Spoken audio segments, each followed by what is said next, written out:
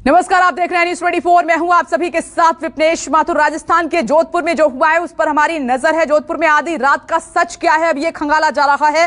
Police जांच में जुट गई है, हमारी भी नजर है कई सवालों के साथ। ये तस्वीरें मौके से लगातार न्यूज़ 24 आपको दिखा रहा है। एक्सक्लूसिव तस्वीरें हैं, आप देख रहे हैं। परशुराम जयंती भी है, अक्षय तृतीया भी है, ईद भी मनाई जा रही है और ऐसे में देर रात झंडा फहराने को लेकर वहां पर दो समुदाय आपस में भिड़े हैं। झड़प हुई है, एक दूसरे पर ईंट से वार भी किया गया है, एक दूसरे पर पत्थर भी फेंके गए और इस बीच पुलिस भी वहां पर पहुंची है, जिसमें 3 पुलिसकर्मी समेत कई लोग जख्मी हुए हैं। पुलिस को इस भीड़ को, दोनों समुदायों को पीछे हटाने के लिए, वहां पर पत्थरबाजी को रोकने के लिए आंसू गैस के गोले दागने पड़े, लाठी चार्ज भी करना पड़ा है। चौराहे पर झंडा फहराने को लेकर यह पूरा विवाद वहां पर उठ खड़ा हुआ। ऐसे में पुलिस की मुस्तैदी कहां थी, पुलिस कहां पर थी, प्रशासन कहां पर था, क्योंकि खास तौर पर आज के दिन कई राज्यों में सिक्योरिटी को काफी टाइट कर दिया गया है। कई जोन में इलाकों को बांटकर निगरानी करी जा रही है, लेकिन जो राजस्थान के जोधपुर में आधी रात को हुआ है उसने कई सवाल खड़े कर दिए हैं। फिलहाल अपडेट यह है कि पूरे इलाके में प्रशासन जो है मुस्तैद है, पुलिस फोर्स को बढ़ा दिया गया है और साथ ही इंटरनेट सेवा को बंद कर दिया गया है, क्योंकि कुछ लोग इसी फिराक में रहते हैं कि कैसे माहौल को खराब किया जाए और झूठी खबरें जो है सोशल मीडिया पर फैलाते हैं। तो एहतियातन ये कदम उठाया गया है। लेकिन सीएम गहलोत कह रहे हैं कि जोधपुर की घटना दुर्भाग्यपूर्ण है, क्योंकि जोधपुर उन्हीं का गृह क्षेत्र है, यहाँ पर ये घटना घटी है और यहाँ पर सबसे ज्यादा सिक्योरिटी होती है। उसके बावजूद भी ये सब वहां देखने को मिला और जिस जालौरी गेट चौराहे पर यह घटना घटी है वो बड़ा चौराहा है। यहाँ पर पुलिस की मुस्तैदी ना होना, बस 2-4 कांस्टेबल का खड़ा होना, ये जाहिर कर रहा है कि पुलिस इतनी गंभीर नहीं थी और इसको सीरियसली नहीं लिया गया। अब 4 तस्वीरें आपकी टीवी स्क्रीन पर, एक बार फिर से पूरा मामला आपको समझा देते हैं। इन तस्वीरों के जरिए आप समझने की कोशिश कीजिए कि कहां से ये विवाद खड़ा हुआ और अब तक इस मामले में क्या क्या हुआ है। जोधपुर का है ये मामला, जहां पर हिंसक झड़प हुई है। दरअसल देर रात, क्योंकि ईदगाह का रास्ता भी इसी चौराहे से होकर निकलता है, तो पहले से एक समुदाय ने वहां पर झंडे लगाए थे और भगवा झंडे लगाए गए थे और दूसरे समुदाय के लोग जब वहां से निकले तो उन्होंने उन भगवा झंडों को उतारकर फेंक दिया और उसके बाद अपना झंडा फहराया। इसी को लेकर वहां पर खूब विवाद हुआ है, लड़ाई झगड़ा हुई है, झड़प हुई है। आधी रात का है ये मामला, यानी कुछ घंटे पहले, ईद के कुछ घंटे पहले, अक्षय तृतीया के कुछ घंटे पहले ये सब वहां पर देखने को मिला है। आपस में पत्थरबाजी हुई, फिर उसके बाद पुलिस वहां पर पहुंची है। तीसरी तस्वीर में देखिए जरा ध्यान से, पुलिस, क्योंकि कुछ ही कांस्टेबल मौजूद थे, उनके बस की नहीं थी उस हिंसक झड़प को रोकना, उस लड़ाई को रोकना। उसके बाद पुलिस फोर्स वहां पर बढ़ी है, पुलिस की संख्या बढ़ी। उसके बाद पथराव के बाद लाठी चार्ज किया गया है, आंसू गैस के गोले भी दागे गए लोगों को पीछे हटाने के लिए, उस लड़ाई को खत्म करने के लिए। पुलिसकर्मी समेत कई लोग इसमें घायल भी हुए हैं। घायल लोगों की तस्वीर आप देख सकते हैं। अब इस घटना पर इस अपडेट ये है कि पूरे इलाके को पुलिस ने घेर लिया है। दूसरी तरफ इंटरनेट सेवा को बंद कर दिया गया है। तीसरी तरफ इस मामले में किन लोगों की इन्वॉल्वमेंट है उसकी जांच की जा रही है और सीएम गहलोत इस पूरी घटना पर अपनी नजर बनाए हुए हैं। और इस वक्त मेरे सहयोगी केजे श्रीवत्सन जुड़ गए हैं और अलग अलग राज्यों से मेरे और भी सहयोगी जुड़ेंगे, लेकिन केजे श्रीवत्सन, सबसे पहले मैं आपका रुख कर लेती हूं, जो कि जोधपुर की तरफ जा रहे हैं, रास्ते में हैं और जब पहुंच जाएंगे वहां पर गेट, जालौरी गेट चौराहे के पास, तो जमीनी रिपोर्ट भी आपको दिखाएंगे। तो केजे श्रीवत्सन, मैं आपके पास आते हुए अभी अपडेट क्या है, ताजा इंफॉर्मेशन क्या है इस घटना से जुड़ी हुई? आप रास्ते में हैं, वहीं जा रहे हैं जहां पर घटना घटी है।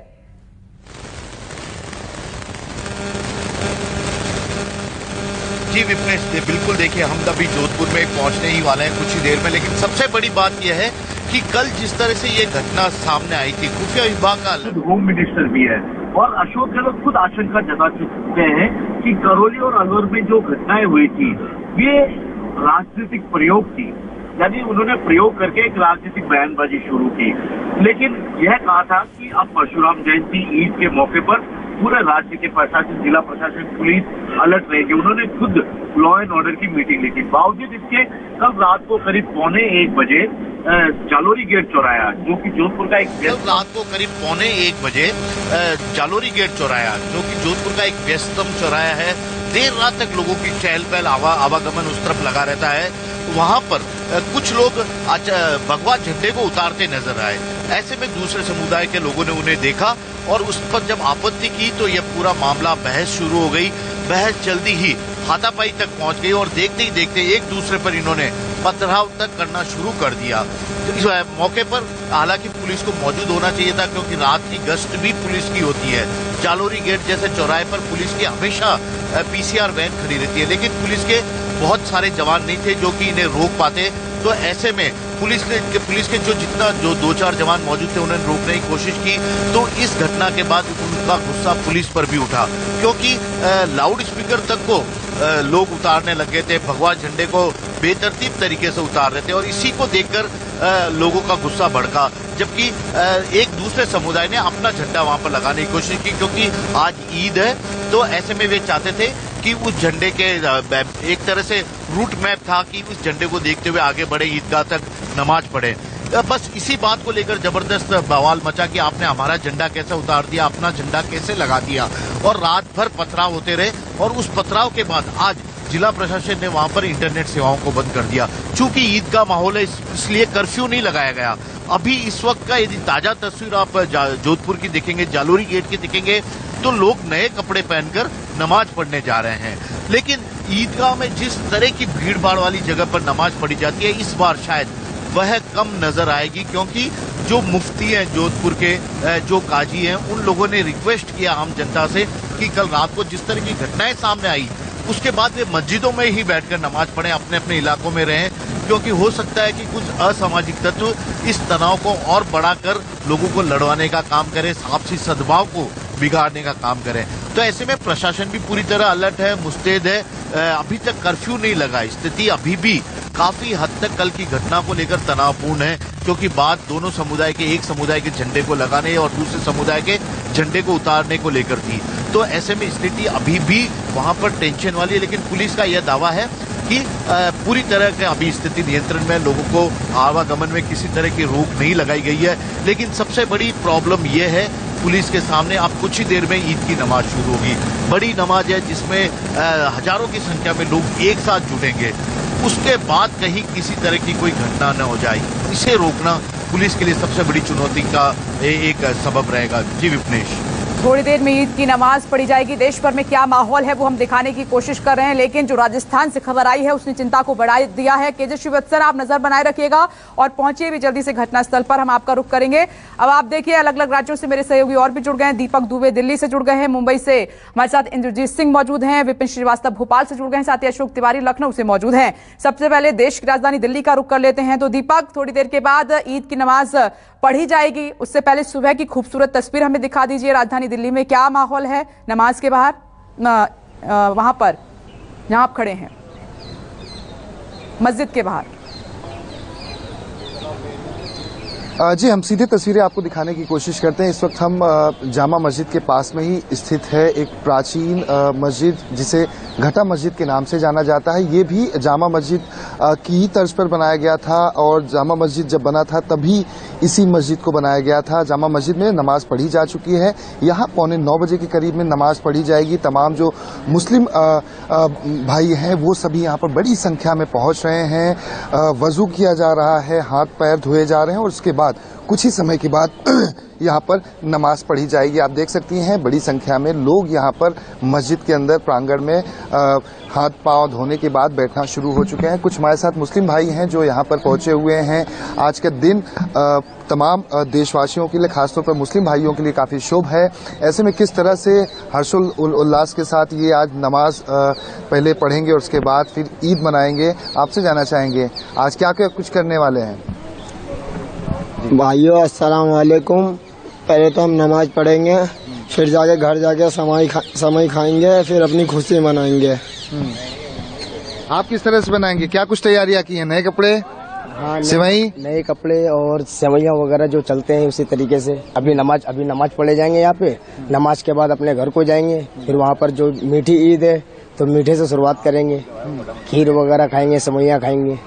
इस तरीके से फिर आपस में एक भाइयों से गले मिलेंगे, अपनी खुशी जाहिर करेंगे, एक दूसरे को, छोटे को ईदी देंगे। बस यही है ईद का त्योहार।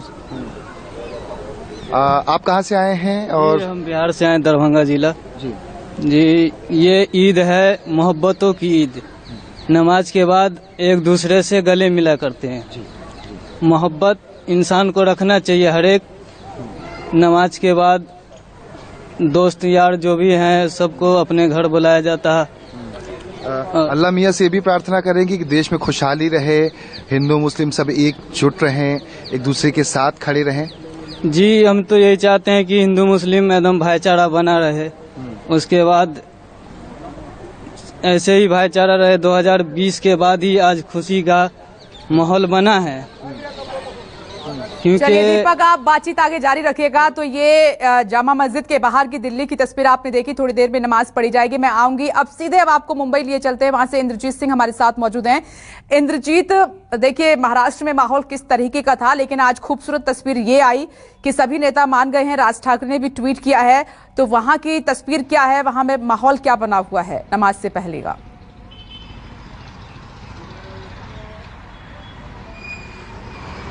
जी बिल्कुल, इस वक्त मैं साकी नाका के बिलाल जामा मस्जिद के पास हूँ और देखिए कि यहाँ पर जो है ईद की नमाज होने वाली है। इससे पहले जो है तकरीर चल रही है, लेकिन देखिए कि अभी जो ईद की नमाज है वो शुरू हो चुकी है। इसके पहले तकरीर भी चल रही थी। ये 4 मंजिला जो है मस्जिद है, लेकिन आपको बाहर बिल्कुल भी आवाज़ नहीं सुनाई देगी। यानी कि जो डेसिबल लेवल है वो पूरी तरह से पालन हो रहा है। आपसी भाईचारे का भी ध्यान रखा जा रहा है। ये जो मस्जिद है मेन रोड पे है, देखिए रोड भी आसानी से चल रहा है, कहीं पर भी कोई भी दिक्कत नहीं है। जबकि सैकड़ों की संख्या में यहाँ पर लोग आज हर्षोल्लास के साथ ईद की नमाज अदा करने के लिए आए हैं। और देखिए कि शांतिपूर्वक यहाँ पर जो है ईद की नमाज अदा की जा रही है। हालांकि पुलिस बंदोबस्त भी है, क्योंकि लाउड स्पीकर को लेकर इस समय महाराष्ट्र में बवाल चल रहा है। आज जो एमएनएस के कार्यकर्ता हैं वो महाआरती करने वाले थे, लेकिन राज ठाकरे ने कल ही ट्वीट करके जो महाआरती है वो कैंसिल करा दिया था। तो कहीं पर भी किसी भी अप्रिय घटना की ठीक है इंद्रजीत सिंह, आप अपनी नजर बनाए रखिएगा। एक बात और मैं बता देना चाहती हूँ न्यूज़ 24 के दर्शक इस वक्त जो हमारे साथ जुड़े हुए हैं कि हमारा मकसद जो है भड़काना नहीं है, खबरों को तोड़ मरोड़ कर नमक मिर्च मसाला लगाकर दिखाना नहीं है। देखिए राजस्थान के जोधपुर में जो हुआ वो हमने दिखाया, दिल्ली से खूबसूरत तस्वीर आई वो हमने आपको दिखाई, मुंबई में अभी क्या चल रहा है, जो जमीन पर स्थिति है वो हम आपको दिखा रहे हैं। लखनऊ का रुख कर लेते हैं, अशोक तिवारी हमारे साथ मौजूद हैं। तो अशोक तिवारी, थोड़ी देर में क्योंकि ईद सेलिब्रेट हो रही है, थोड़ी देर में नमाज भी पढ़ी जाएगी, जरा हमें लखनऊ की तस्वीर दिखा दीजिए।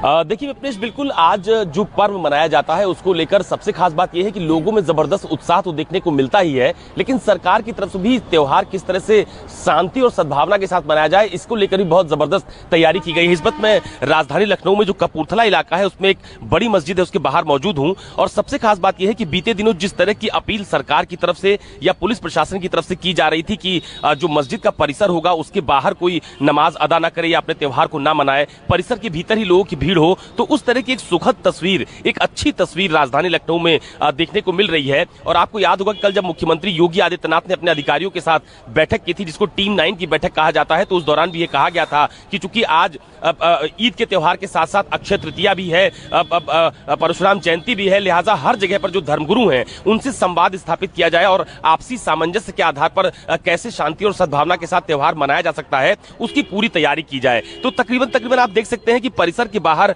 एक हेल्प डेस्क आपको तस्वीरों में नजर आ रही होगी, जहां पर जो लोग आ रहे हैं उनको मास्क भी दिया जा रहा है कि आप अगर मस्जिद के भीतर प्रवेश करने जा रहे हैं नमाज के लिए तो आप मास्क का इस्तेमाल कीजिए। और इसके अलावा पुलिस प्रशासन भी आपको पूरी तरह से यहाँ पर सतर्क नजर आ रहा होगा। सुबह से कई जगहों पर मेरा आना जाना हुआ है विपनेश, वहां पर इसी तरह की तस्वीरें देखने को मिली है। हालांकि पूरे उत्तर प्रदेश में त्योहारों के मद्देनजर, आज के पर्व के मद्देनजर बहुत जबरदस्त तैयारी सरकार की तरफ से, प्रशासन की तरफ से और तमाम सारे जो धर्मगुरु हैं उनसे संवाद के आधार पर तैयारी की गई थी कि आप अपना त्योहार जो है वो शांति और सद्भावना के साथ मनाइए। और कुछ इसी तरह की तस्वीर लखनऊ के तमाम सारे जगह पर आज जहां नमाज अदा की जानी है इस तरह की तस्वीरें देखने को मिल भी रही हैं। और आपको याद होगा कल तमाम सारे धर्मगुरुओं की तरफ से बाकायदा अपील जारी की गई थी कि जो गाइडलाइंस हैं त्योहारों को मनाने को लेकर जो सरकार की तरफ से संवाद किया गया है उसी आधार पर सभी लोग अब अपने त्योहारों को मनाएं। और उसी तरह की सुखद तस्वीर आज राजधानी लखनऊ के भी अलग अलग इलाकों में देखने को मिल रही है। हालांकि कल उत्तर प्रदेश के एडीजी लॉ एंड ऑर्डर की तरफ से भी एक जानकारी साझा की गई थी कि तकरीबन बड़ी संख्या में उत्तर प्रदेश में चूंकि आज पर्व और त्योहार मनाया जाना है, लिहाजा कुछ संवेदनशील जगह भी है। ठीक है अशोक तिवारी, 1 मिनट में आपको यहाँ पर रोकना चाहूंगी। जहां पर हिंसा हुई है मैं वहां पर लिए चलती हूं आपको, यानी कि राजस्थान के जोधपुर, वहां से एक रिपोर्ट आपको दिखाते हैं ग्राउंड जीरो से। जोधपुर के जालोरी गेट सर्किल पर रात को यहाँ विवाद हुआ था। ये जालोरी गेट सर्किल है, आप देख सकते हैं कि फिलहाल जो है नमाज की तैयारी हो रही है। बड़ी संख्या में यहाँ पुलिस का जाब्ता तैनात है और इधर जो है मस्जिद है, यहाँ लोग उसकी तरफ जा रहे हैं। यहाँ वो जगह है, खासतौर से ये जालोरी गेट सर्किल आपको दिखा दें कि इस जालोरी गेट सर्किल पर जो है झंडा लगाने को लेकर विवाद हुआ था। एक पक्ष ने उस झंडे का विरोध किया था लगाने को लेकर, और फिर ये मामला खून पकड़ता गया और काफ़ी देर तक पत्थरबाजी हुई। और सामने आपको जो दूर सामने आपको ट्रैफिक लाइट्स दिखाई दे रही होगी, वहाँ जो है माइक लगे थे, उन माइकों को उतारा गया था और उसके बाद पत्थरबाजी शुरू हुई। पत्थरबाजी शुरू हुई तो आखिरकार RSU और पुलिस का जाब्ता तैनात करना पड़ा और पुलिस के जाब्ते ने जो है टीयर फायर किए। ये जो सामने सड़क जा रही है, आप देख सकते हैं इस सड़क पर जो है एक पक्ष के लोग काफ़ी संख्या में आ गए थे, उन्होंने पत्थरबाजी शुरू की। उसके बाद ज़्यादा यहाँ जो RSU का जाब्ता तैनात था उसने टीयर फायर किए हैं। दूसरी तरफ ये जालोरी गेट सर्किल है, जालोरी गेट सर्किल उस साइड जो है दूसरा पक्ष था, उन दोनों को समझाइश की गई। पुलिस का जाब्ता यहाँ काफ़ी तादाद। चौराहे के बाहर की ये सुबह की तस्वीर आप देख रहे हैं। रात को क्या तस्वीर थी, अब सुबह सभी लोग जा रहे हैं नमाज पढ़ने के लिए दरगाह के अंदर।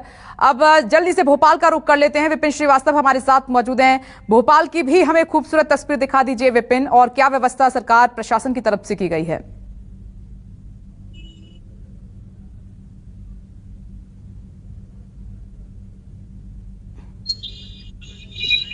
विपिन, क्या मेरी आवाज आप तक पहुंच रही है?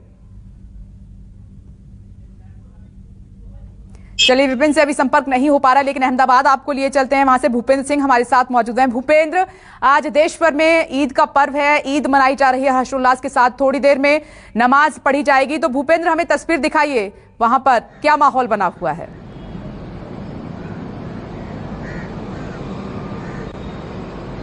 देखिए, अहमदाबाद की बात करूं तो अलग अलग मस्जिदों में, अलग अलग दरगाहों में अलग अलग समय रखा गया है नमाज का। मैं इस समय काकरिया इलाके में मौजूद हूं। यहां आसपास काफ़ी मुस्लिम बाहुल्य इलाका माना जाता है, शाह आलम इलाका है, यहां पर दरगाह भी बहुत सारी है। मेरे पीछे आप देख सकती हैं, ये ईदगाह दरगाह कहते हैं इसे। काकरिया मस्जिद है, यहाँ पर इस्लाम रिलीफ कमेटी गुजरात की तरफ से नमाज का आयोजन होता है। लेकिन नमाज यहाँ पर सुबह 7 बजे की थी और बहुत ही शांतिपूर्ण तरीके से पूरी नमाज जो है वो संपन्न हो गई है। इस समय आपको बहुत ज्यादा चहल पहल नहीं दिखाई दे रही होगी, क्योंकि कुछ समय पहले ही ये जो सड़क आप देख रही हैं ये पूरी तरह से नमाजियों से एक तरह से भरी पड़ी थी। पुलिस प्रशासन ने भी बैरिकेडिंग करके उनके जो नमाज का वक्त था उस तरफ पे उस समय के लिए, हालांकि सुबह का बहुत वक्त था 7 बजे का, 7 बजे के लिए ही परमिशन दी गई थी यहाँ पर नमाज की, तो बहुत ज्यादा ट्रैफिक नहीं होता है। लेकिन व्यवस्था के स्वरूप में यहाँ पर उस समय ट्रैफिक को रोक दिया गया था, दूसरा डाइवर्जन दिया हुआ था। लेकिन बहुत ही शांतिपूर्ण तरीके से, चूंकि ईदगाह है उसके अलावा जो है पूरी सड़क इस समय नमाजियों से भरी हुई थी, क्योंकि बहुत सारे लोग थे नमाज पढ़ने वाले। ठीक है, 7 बजे यहाँ पर नमाज पढ़ी जा चुकी है। भूपेंद्र हमें वहां की तस्वीर दिखा रहे हैं, लेकिन एक बार फिर से केजे श्रीवत्सन मैं आपका रुख कर रही हूँ। केजे श्रीवत्सन, हमने उसी चौराहे की अभी थोड़ी देर, कुछ सेकंड पहले एक तस्वीर देखी है, वहां पर तमाम जो लोग हैं वो नमाज पढ़ने के लिए जा रहे हैं।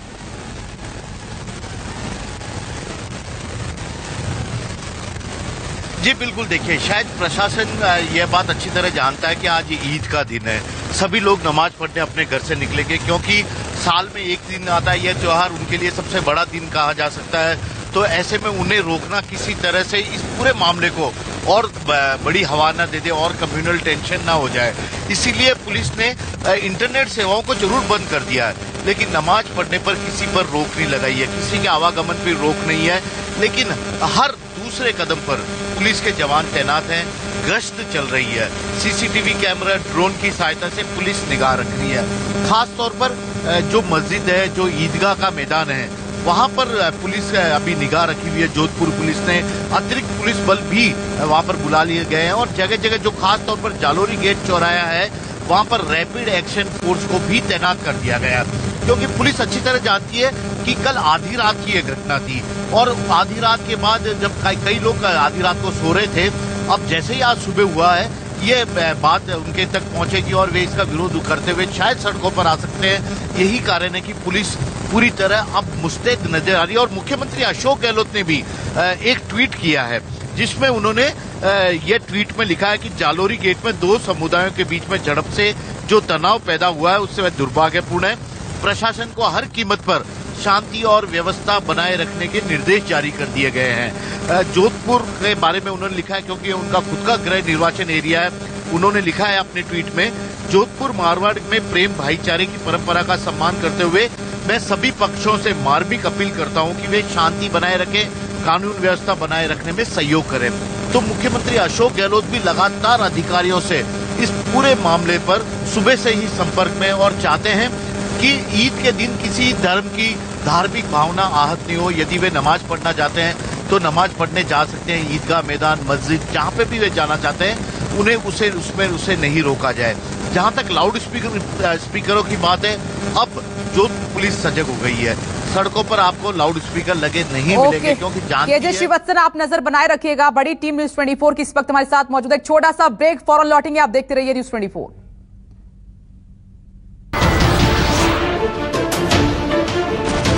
नमस्कार, मैं हूं मानक गुप्ता। अगर आपको हमारा ये वीडियो पसंद आया हो तो इसे लाइक और शेयर जरूर करें, और हां, हमें सब्सक्राइब और फॉलो करना ना भूलें ताकि आप देश और दुनिया की कोई खबर मिस ना करें। तो जुड़े रहिए हमारे साथ और देखते रहिए न्यूज़ 24।